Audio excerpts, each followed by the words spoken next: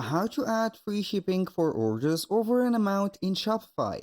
Hello guys and welcome to this new tutorial. Today I'm going to show you how easy it is to add the feature of free shipping over a certain amount of money into your Shopify store. All you need to do is to follow up the tutorial from the beginning till the end and you will be good to go.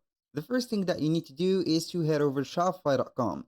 Then you need to sign in for your account, and after you have did that, you need to set up a plan for your store to be appearing, because without the plan, the store will be protected and also hidden with a password. So right here we are on the Shopify store. Everything is okay on the admin dashboard.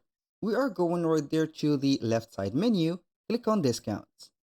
Here for discounts, we have everything empty. So we are going to click on create discount.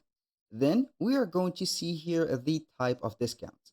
Usually we have only four, but as you can see here, I have the Joy loyalty program installed. It will give me more options. We have the amount of products, buy X, get Y, amount of order, and free shipping. We are going to select free shipping. And then we are going to set, for example, the free shipping. For the method, we are going to use the automatic discount because the discount code will not apply automatically. So we are going to select automatic discount. So here we have the title. We are going to set free. I'm going to set here free shipping. So for the countries, you can go ahead and select the countries or let it here broad. For the availability, you can go ahead and set it automatically because this is the main case.